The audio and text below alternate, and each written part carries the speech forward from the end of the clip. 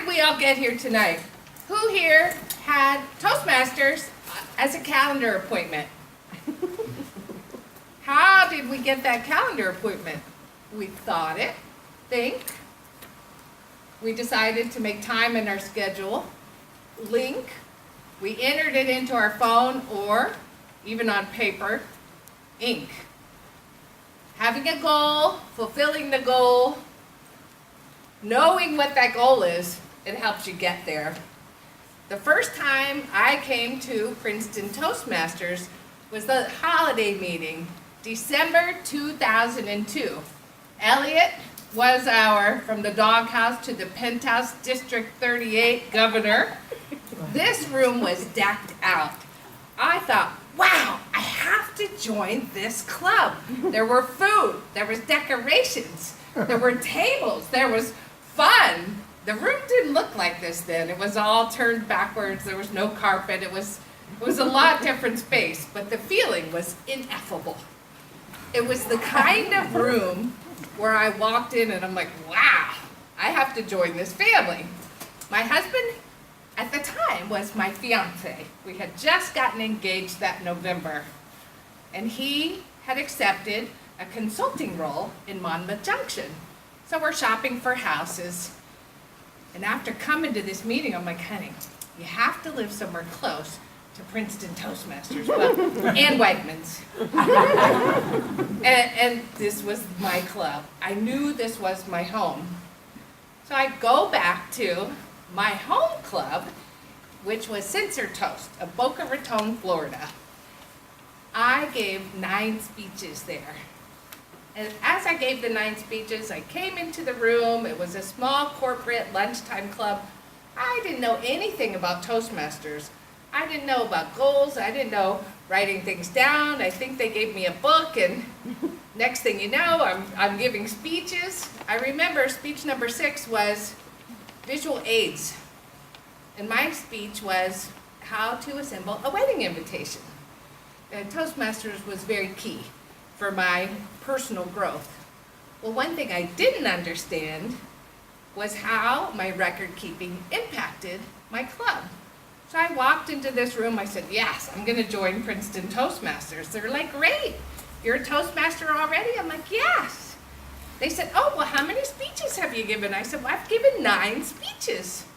And the club's like, yes, perfect. We want you to give your number 10 speech. At the time it was called Competent Toastmasters. Now it's a Competent Communicators. And then the next phase of Toastmasters, it'll be Pathways Level 1. But at the time, the officers of Princeton Toastmasters were so excited because they knew having a new member and having credit for the 10th speech was one of the goals that helps us get those ribbons.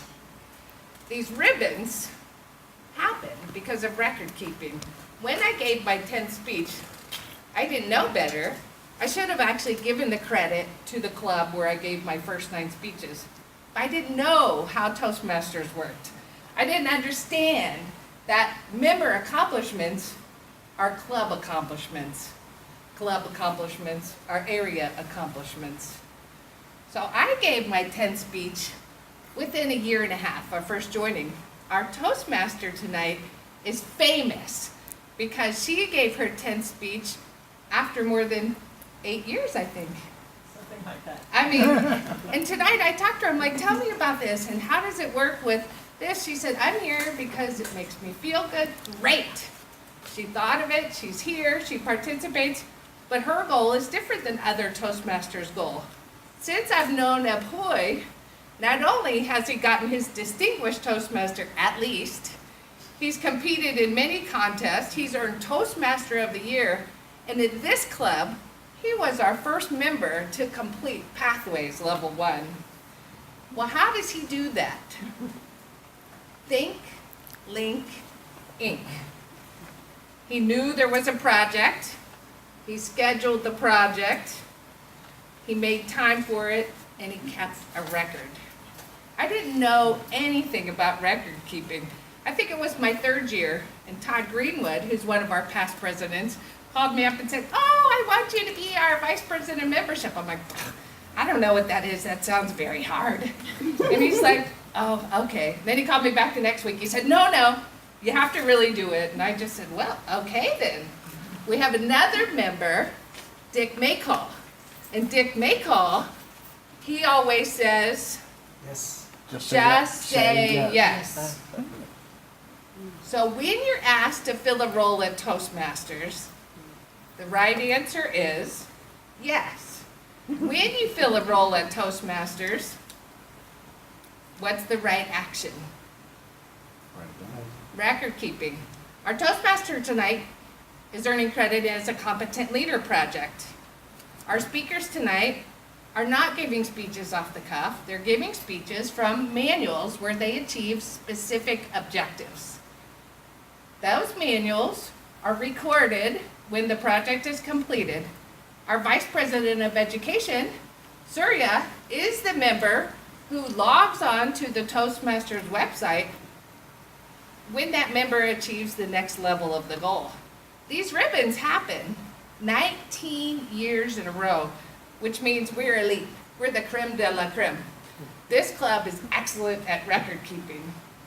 Everything we do in Toastmasters happens because we help each other, we think it, we link it, and we ink it.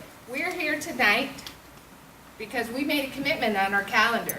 We made a personal commitment. Our president makes a commitment to serve a year term. Everyone here tonight thinked, inked, linked. We're here. The 3 steps of the best kept secret for Toastmasters. Just write it down and watch it happen.